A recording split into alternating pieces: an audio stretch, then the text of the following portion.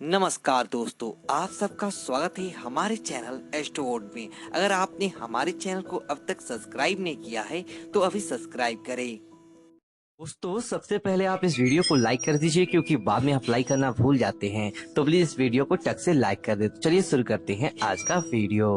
सावित्री व्रत ज्येष्ठ माह की अमावस्या तिथि को किया जाता है और इस दिन सुहागिन स्त्रियां बरगद के पेड़ की पूजा करती है, अपने पति की लंबी उम्र की कामना करती है। वट सावित्री व्रत सौभाग्य की प्राप्ति के लिए एक बहुत ही बड़ा व्रत माना जाता है और हम माने पंचांग की माने तो इस बार वट सावित्री व्रत 10 जून गुरुवार के दिन रखा जाएगा और इस दिन लग रहा है सूर्य ग्रहण। हिंदू कैलेंडर के अनुसार वट सावित्री व्रत चूंकि ज्येष्ठ माह की अमावस्या को होता है और इस दिन वट वृक्ष के मूल में ब्रह्मा, मध्य में विष्णु, अग्रभाग में शिव का वास होता है। तो वट वृक्ष यानी बरगद का पेड़ देव वृक्ष माना जाता है और देवी सावित्री भी इस वृक्ष में निवास करती है। मान्यताओं के अनुसार वट वृक्ष के नीचे सावित्री ने अपने पति को पुनः जीवित किया था और तब से यह व्रत वट सावित्री के नाम से जाना जाता है।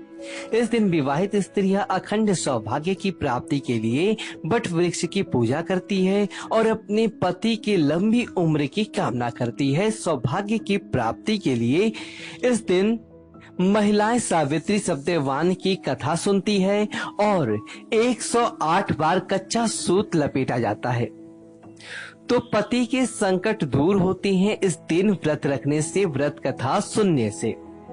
अब चूंकि कोरोना महामारी में कैसे करेंगे पूजा? देखिए, कोरोना काल के कारण अगर आप बरगद के पेड़ की पूजा करने नहीं जा सकते हैं तो अपने ही घर पर त्रिदेव यानी ब्रह्मा, विष्णु और महेश की पूजा कर सकते हैं और आप बरगद के पेड़ की टहनी तोड़ कर ले आए, गमले में लगा लें और फिर विधिवत पूजा करें।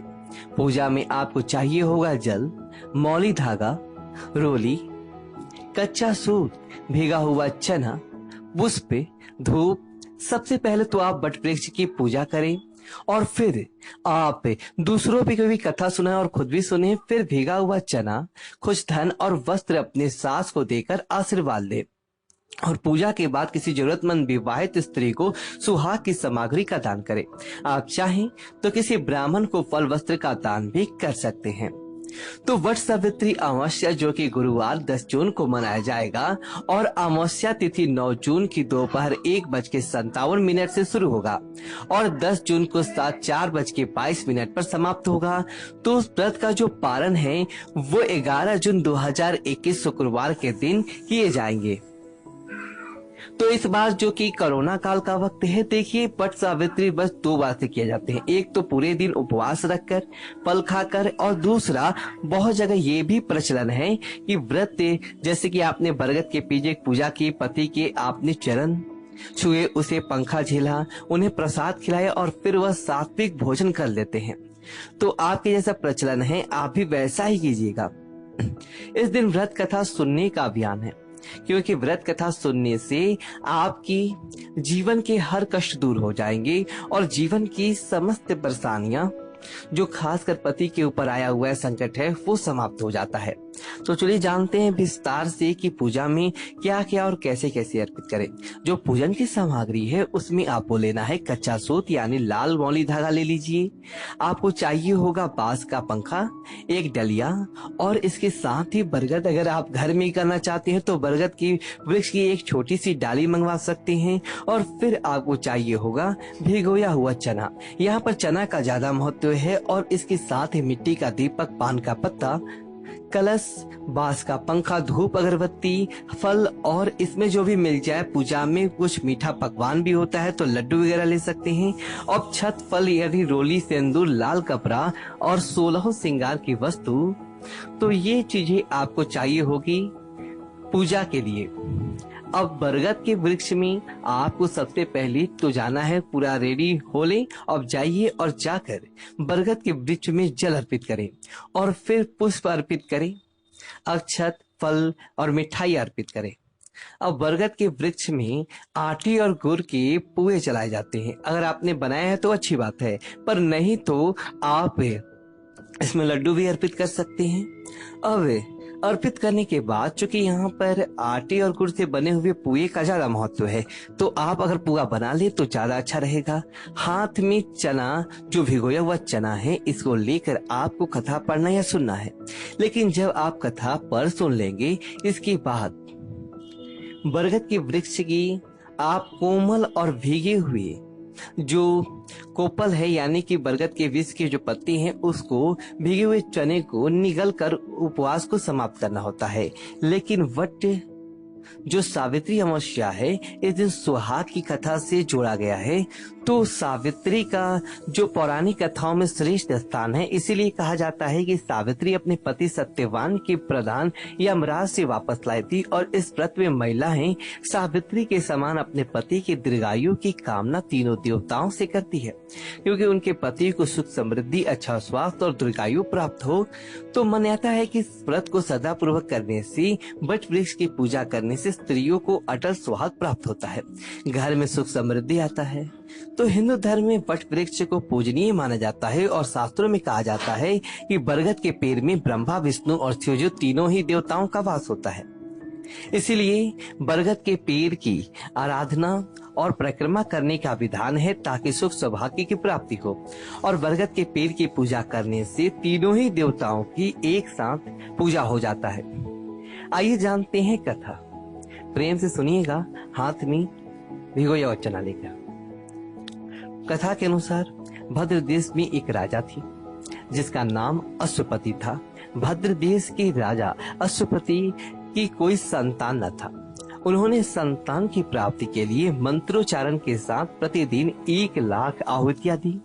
18 वर्षों तक वह ऐसे ही करते रहे। इसके बाद सावित्री देवी ने प्रकट होकर वर दिया कि राजन, तुझे एक तेजस्वी कन्या पैदा होगा। सावित्री देवी की कृपा से जन्म लेने के कारण कन्या का नाम सावित्री रखा गया। कन्या जब बड़ी हुई तो उसके योग्य वर न मिलने पर उसके पिता अत्यंत दुखी थे और उन्होंने सावित्री को स्वयं वर चयन करने को भेजा। तब सत्यवान को देखकर सावित्री ने पति के रूप में उनका वरण किया। ऋषिराज नारद को जब यह बात पता चला, तब उन्होंने कहा कि सत्यवान अल्पायु है और 1 वर्ष के बाद उसकी मृत्यु हो जाएगी। अब ऋषि नारद की बात सुनकर सावित्री ने सत्यवान के पिता से कहा कि पिताजी, आर्य कन्याएं अपने पति का एक बार ही वरण करती है और राजा एक बार ही आज्ञा देता है और पंडित भी एक बार ही प्रतिज्ञा करता है और कन्यादान भी एक बार ही किया जाता है। तो सावित्री हट करने लगी और बोली, मैं सत्यवान से ही विवाह करूंगा। नारद मुनि ने सावित्री को पहले ही सत्यवान की मृत्यु के दिन के बारे में बता दिया था, इसलिए वह दिन जैसे जैसे करीब आने लगा, सावित्री अधीर होने लगी। उन्होंने 3 दिन पहले से ही उपवास करना शुरू कर दिया। सावित्री ने नारद मुनि के द्वारा कथित विस्तृत तिथि पर पितरों का पूजन किया। हर दिन की तरह सत्यवान उस दिन भी लकड़ी काटने जंगल में चले गए और साथ में सावित्री भी गई। जंगल में पहुंचकर सत्यवान लकड़ी काटने के लिए पेड़ पर चढ़ गया। तभी उनके सिर में तेज दर्द होने लगा। अब दर्द से व्याकुल सत्यवान पेड़ से नीचे उतर आए और सावित्री को अपना भविष्य समझ आ गया, इसलिए सत्यवान के सिर को गोद में रखकर सावित्री सत्यवान का सिर सहलाने लगी। तभी यमराज अपने साथ सत्यवान को लेकर जाने के लिए आ गए। अब सावित्री भी उनके पीछे पीछे चल पड़ी। यमराज ने सावित्री को समझाने की कोशिश की कि यही विधि का विधान है, लेकिन सावित्री नहीं मानी और सावित्री की निष्ठा को देखकर यमराज ने सावित्री से कहा कि हे देवी, तुम धन्य हो, तुम मुझसे कोई भी वरदान मांगो। सावित्री ने कहा कि मेरे सास ससुर वनवासी हैं और अंधे हैं, उन्हें आप दिव्य ज्योति प्रदान करें। यमराज ने कहा ऐसा ही होगा, जाओ अब लौट जाओ। लेकिन सावित्री अपने पति सत्यवान के पीछे पीछे चलती रही, किंतु सावित्री के इस तरह से पीछे चलते रहने से यमराज ने उनसे फिर वर मांगी। वह तो सावित्री ने वर मांगा कि मेरे सास ससुर को खोया हुआ राज्य उन्हें वापस मिल जाए। यमराज ने तथावस्तु कहकर फिर से लौट जाने को कहा, लेकिन सावित्री नहीं मानी और सावित्री की पति भक्ति और निष्ठा देखकर यमराज पिघल गए। उन्होंने उन्हें एक और वर मांगने की को कहा, तो सावित्री ने वर मांगा कि मैं सत्यवान के पुत्रों की माँ बनना चाहती हूँ, कृपया करके आप मुझे ये वरदान दें।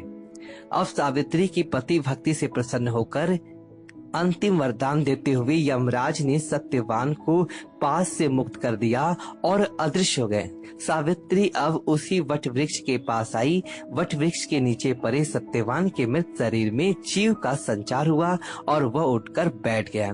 तो यही थी सावित्री की कथा।